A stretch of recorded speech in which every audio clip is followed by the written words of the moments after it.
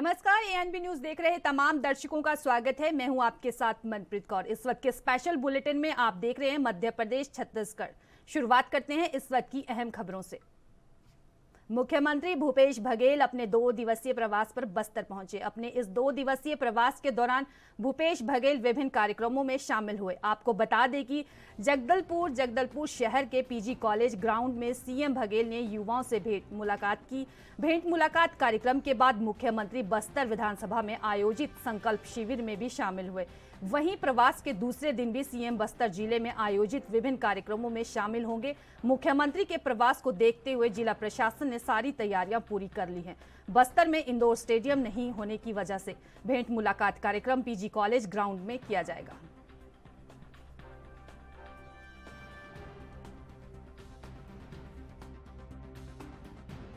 आज युवाओं से भेंट मुलाकात कार्यक्रम जगदलपुर में, इसके पहले बिलासपुर, दुर्ग और रायपुर यहाँ हो चुका है और 22 तारीख को फिर अंबिकापुर में सरगुजा संभाग के युवाओं से भेंट मुलाकात।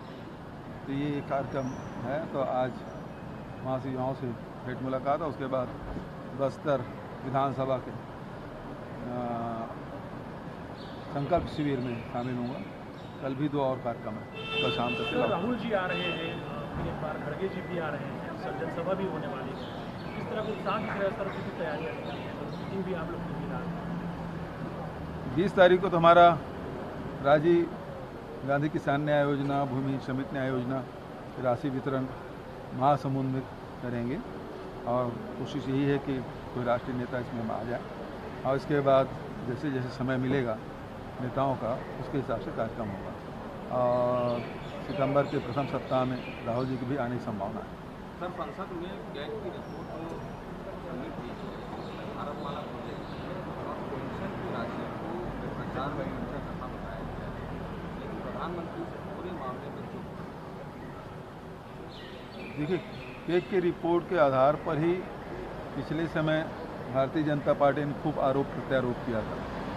अब वही जब केक की रिपोर्ट आ गया है तो भारतीय जनता पार्टी के नेता और प्रधान छत्तीसगढ़ के पेंशनरों को शीघ्र 42% महंगाई राहत प्रदान करने मुख्यमंत्री भूपेश बघेल ने मध्य प्रदेश के मुख्यमंत्री शिवराज सिंह चौहान को पत्र लिखा है। पत्र में मध्य प्रदेश पुनर्गठन अधिनियम 2000 के तहत धारा 49(6) के अंतर्गत महंगाई राहत के भुगतान के लिए मध्य प्रदेश की सहमति चाही गई है। मुख्यमंत्री बघेल ने अपने पत्र में मध्य प्रदेश के मुख्यमंत्री से अधिकारियों को इस संबंध में सहमति के लिए समुचित निर्देश देने को कहा है, ताकि सहमति मिलते ही छत्तीसगढ़ के पेंशनर को 42% महंगाई भत्ते दिए जाने की कार्यवाही की जा सके।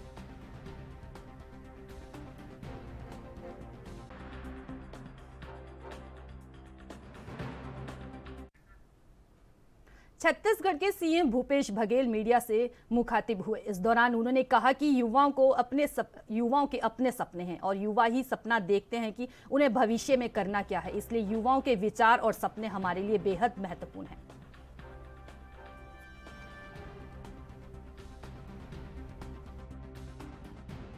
जैसा आपने कहा, जन घोषणा पत्र भी शामिल होगा, किस तरह की बातें सामने आ रही सर, और उनको उत्साह युवाओं का खास तौर पर? युवाओं के अपने सपने हैं और युवा ही सपना देखते हैं उसके भविष्य में करना क्या है। हम लोग तो एक लाइन पकड़ लिए हैं, उनको लाइन लेनी है, तो उनके सपने महत्वपूर्ण है छत्तीसगढ़ को दिशा देने के लिए, किस दिशा में छत्तीसगढ़ आगे बढ़ेगा। इसलिए युवाओं के जो विचार है, उसके सपने हैं, वो हमारे लिए बहुत महत्वपूर्ण है।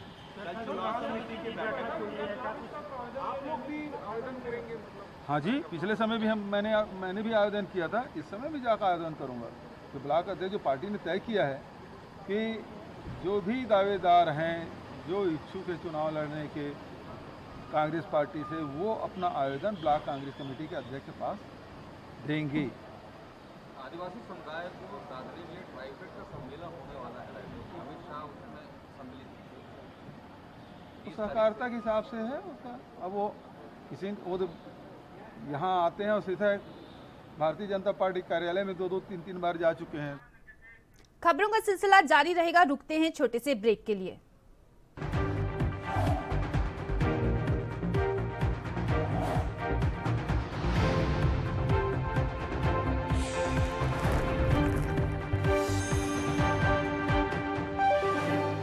ब्रेक के बाद एक बार फिर से स्वागत है। बढ़ते हैं अगली खबरों की तरफ। छत्तीसगढ़ के सीएम भूपेश बघेल ने मीडिया से मुखातिब होते हुए कहा, इस दौरान उन्होंने कहा कि ये लोग इंडिया से डरकर उल जलूल वक्तव्य दे रहे हैं। इनका डर और घबराहट साफ दिखाई दे रही है।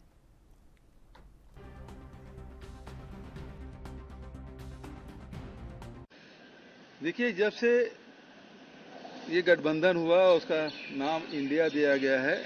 भारतीय जनता पार्टी के निचले स्तर से लेकर शीर्ष नेतृत्व तक के परेशान हैं और ये जो गठबंधन है वो बहुत मजबूत गठबंधन है और इसी कारण से कोई मौका नहीं है जिसमें वो लोग इसकी आलोचना नहीं करते। इसका मतलब ये है कि लोग बेचैन हैं और दिन रात इंडिया उनके दिमाग में घूम रहा है और इसी कारण से ये डिफेम करने के लिए लगातार कुछ न कुछ उलझुल वक्तव्य दे रहे हैं।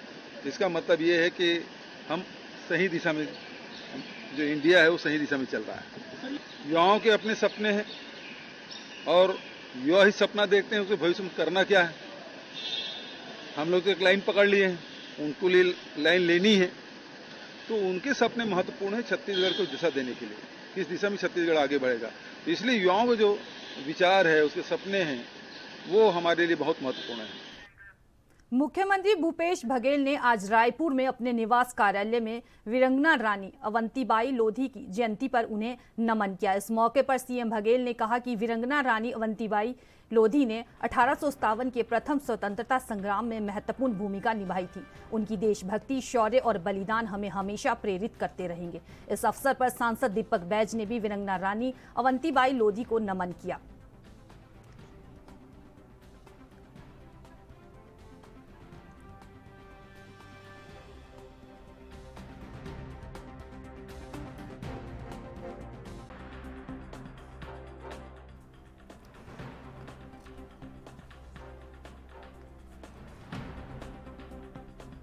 मुख्यमंत्री भूपेश बघेल ने आज रायपुर में अपने निवास कार्यालय में वीरांगना रानी अवंतीबाई लोधी की जयंती पर उन्हें नमन किया। इस मौके पर सीएम बघेल ने कहा कि वीरांगना रानी अवंतीबाई लोधी ने 1857 के प्रथम स्वतंत्रता संग्राम में महत्वपूर्ण भूमिका निभाई थी। उनकी देशभक्ति, शौर्य और बलिदान हमें हमेशा प्रेरित करते रहेंगे। इस अवसर पर सांसद दीपक बैज ने भी वीरांगना रानी अवंतीबाई लोधी को नमन किया।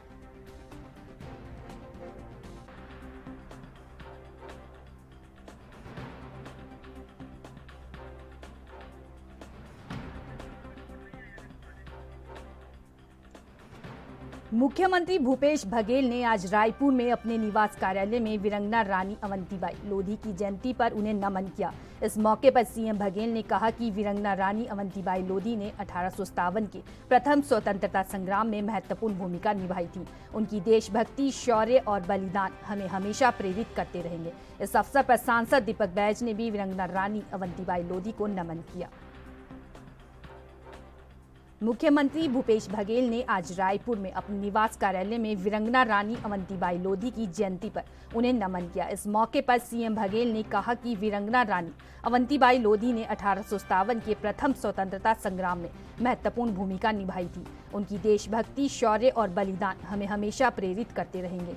इस अवसर पर सांसद दीपक बैज ने भी वीरांगना रानी अवंतीबाई लोधी को नमन किया।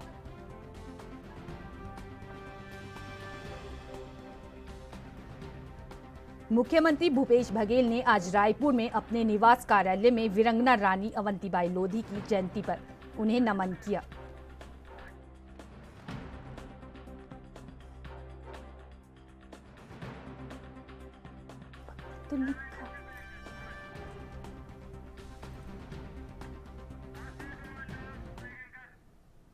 पूर्व प्रधानमंत्री भारत रत्न स्वर्गीय अटल बिहारी वाजपेयी की आज पुण्यतिथि है। अटल बिहारी की पुण्यतिथि पर देश भर में उन्हें याद कर नमन किया जा रहा है। इस मौके पर मध्य प्रदेश के मुखिया शिवराज सिंह चौहान, सीएम समेत कई नेताओं ने उन्हें श्रद्धांजलि दी है।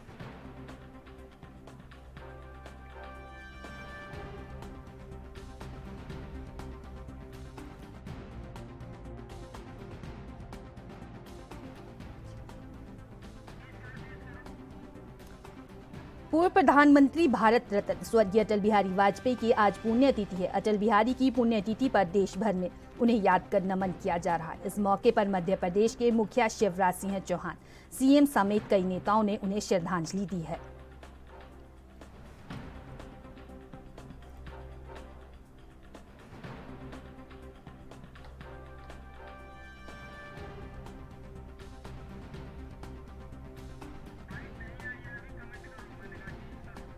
पूर्व प्रधानमंत्री भारत रत्न स्वर्गीय अटल बिहारी वाजपेयी की आज पुण्यतिथि है। अटल बिहारी की पुण्यतिथि पर देश भर में उन्हें याद कर नमन किया जा रहा है। इस मौके पर मध्य प्रदेश के मुखिया शिवराज सिंह चौहान, सीएम समेत कई नेताओं ने उन्हें श्रद्धांजलि दी है।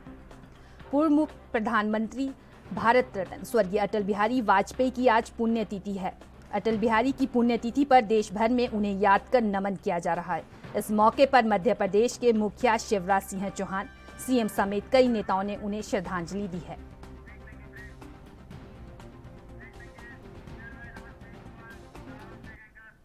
खबरों का सिलसिला जारी रहेगा, रुकते हैं छोटे से ब्रेक के लिए।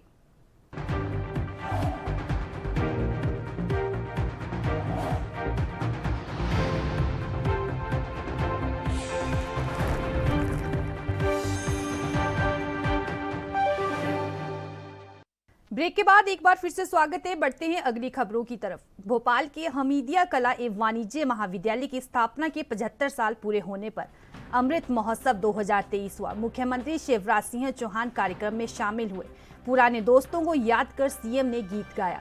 एहसास मेरे दिल पर तुम्हारा है दोस्तों, ये दिल तुम्हारे प्यार का मारा है दोस्तों। दरअसल मुख्यमंत्री भी इसी कॉलेज में पढ़े हुए हैं। उन्होंने 1978 में इस कॉलेज से दर्शन शास्त्र में एमए किया है। उन्होंने कहा, सबसे सुखद पल स्कूल और कॉलेज के दिन होते हैं।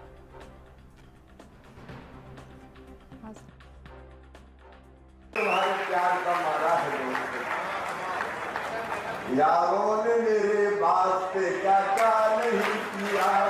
100 बार शुक्रिया अजी 100 बार शुक्रिया, बचपन तुम्हारे साथ गुजारा है दोस्तों, ये दिल तुम्हारे प्यार का मारा है दोस्तों। सच में उस समय की ये उस जमाने की फोटो है मेरी, मैं यहाँ बैठा हूँ। 1978 ऐसी कई यादें अपने कॉलेज के साथ जुड़ी हुई है। सचमुच में जिंदगी के अगर सबसे सुखद पल होते हैं वो अपने स्कूल के दिन होते हैं, वो अपने कॉलेज के दिन होते हैं। उस समय जब हम मिलते हैं तो स्वाभाविक प्रेम और स्नेह से मिलते हैं। संबंध स्वार्थ के नहीं होते, रिश्ते दिलों के होते हैं, प्रेम के होते हैं, स्नेह के होते हैं, आत्मीयता के होते हैं। और आज भी अगर कहीं दिख जाते हैं तो जी करता है दौड़ो और गले लग जाओ। कांग्रेस नेता दिग्विजय सिंह का बयान सामने आया। उन्होंने कहा कि ईवीएम पर हमारे सवालों के जवाब नहीं दे, चुनाव आयोग नहीं दे रहा है।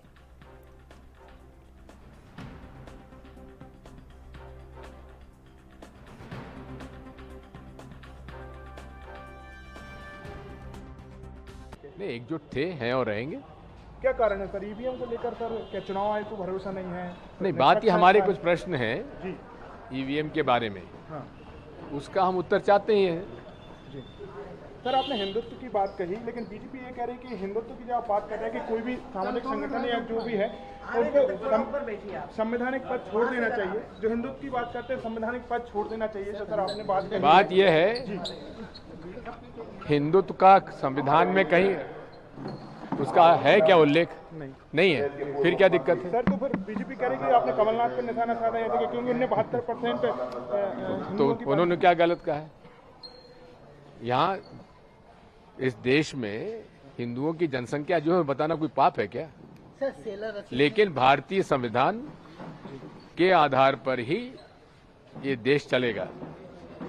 और जो लोग भारतीय संविधान की शपथ लेकर आज पद पर बैठे हैं, प्रधानमंत्री, मुख्यमंत्री, अगर वो हिंदू राष्ट्र की बात करते हैं तो पहले उनको इस्तीफा देना चाहिए अपने पद से। सर आप लोगों पर जो एफआईआर हो रही है, प्रियंका रशीद ने मोदी जी की 20 तारीख की कर्नाटक के हुबली में कांग्रेस नेता दिग्विजय सिंह ने हिंदू राष्ट्र और हिंदुत्व को लेकर बड़ा बयान दिया है। उन्होंने कहा कि ये सॉफ्ट या हार्ड हिंदुत्व जैसी कोई चीज नहीं होती है। इतना ही नहीं, दिग्विजय सिंह ने सावरकर का भी नाम लिया। उन्होंने कहा कि हिंदुत्व शब्द के रचयिता सावरकर हैं और उन्होंने ही कहा कि हिंदुत्व का हिंदू या सनातन धर्म से कोई संबंध नहीं है। संविधान की शपथ लेकर काम करने वाला कोई भी व्यक्ति हिंदू राष्ट्र की बात करता है तो उन्हें पहले अपने पद से इस्तीफा दे देना चाहिए। मैं कह रहा हूं, जो व्यक्ति ने भारतीय संविधान की शपथ ली है वो अगर हिंदू राष्ट्र में विश्वास करता तो पहले पद छोड़ देना चाहिए। ये कहा है मैंने, मैं आज भी कायम हूँ। कमलनाथ जी कह रहे हैं 82% हिंदू हैं तो हिंदू राष्ट्र, ये सब कहने की बात नहीं है। ऐसा नहीं है। क्या जनसंख्या हिंदुओं की जो उन्होंने उसका उल्लेख किया है वो गलत है क्या? आप लोग बेमतलब को उनको कंट्रोवर्सी डाल रहे हो कमलनाथ जी पर।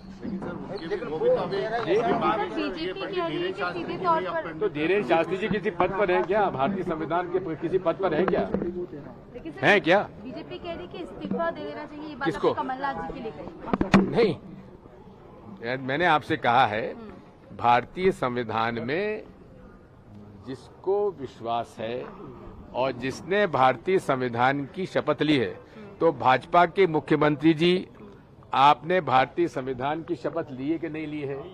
ली है तो आपको इस्तीफा देना चाहिए अगर आपको हिंदू राष्ट्र में विश्वास है तो। सर, आज आप एक महान व्यक्ति थे और मुझ पर विशेष उनकी कृपा रही है।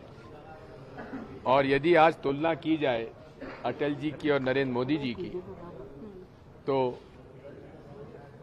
मैं यही कहूंगा कि जमीन आसमान का फर्क है। सर, आज देवनारायण की परिक्रमा करने भी जा रहे हैं आप मंदिर में। हाँ, तो एक निजी कार्यक्रम है पंडा जी का, उसमें जा रहा हूँ। सर, मोदी जी ने कल जो लाल किले से कहा कि 24 में फिर से वो ध्वजारोहण, ये तो उनका अहम और अहंकार दर्शाता है, जिसका उल्लेख राहुल गांधी जी ने अपने भाषण में कहा है। सर, कमलनाथ जी और आप में जो विवाद क्रिएट करने की कोशिश बीजेपी कर रही है, उनको कुछ कहना चाहेंगे आप? ऐसा है, 45 साल मेरे उनके संबंध रहे हैं। कई लोगों ने कोशिश कर ली, हम सब मिलके काम करते हैं। से कांग्रेस की जो सीटें जीतते आ रहे हैं उस पर भाजपा फोकस कर रहे हैं। अभी नेता प्रतिपक्ष मैं वहां फोकस कर रहा हूं जब भाजपा। केंद्र सरकार ने नेहरू मेमोरियल का नाम बदलकर prime minister memorial museum and library कर दिया है, जिसे लेकर कांग्रेस मोदी सरकार पर हमलावर है। इसी कड़ी में छत्तीसगढ़ के डिप्टी सीएम टीएस सिंहदेव ने बीजेपी पर हमला बोलते हुए कहा कि वर्तमान सरकार दूषित इतिहास लिखने की प्रक्रिया में जुटी हुई है। ये सब उसी के परिणाम है जिनकी उपस्थिति इतिहास में रही है। वो नाम नहीं बदल सकते, लेकिन मोदी जी को अपने नाम की चिंता है।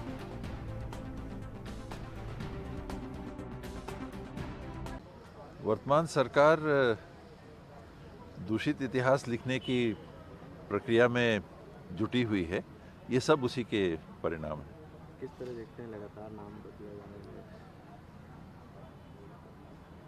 जिनकी उपस्थिति इतिहास में रही है वो नाम नहीं बदल सकते। मोदी जी को चिंता है उनके नाम।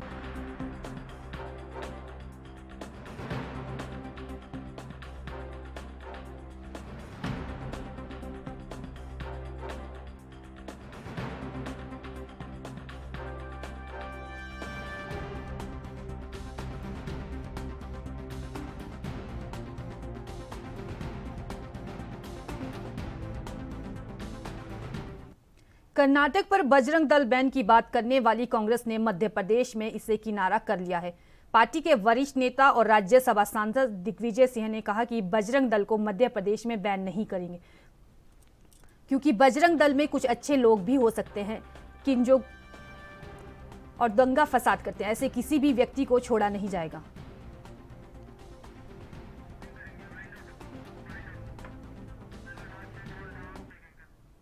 फिलहाल मेरे साथ इस बुलेटिन में इतना ही। तमाम बड़ी खबरों के लिए देखते रहिए ANB न्यूज़। नमस्कार।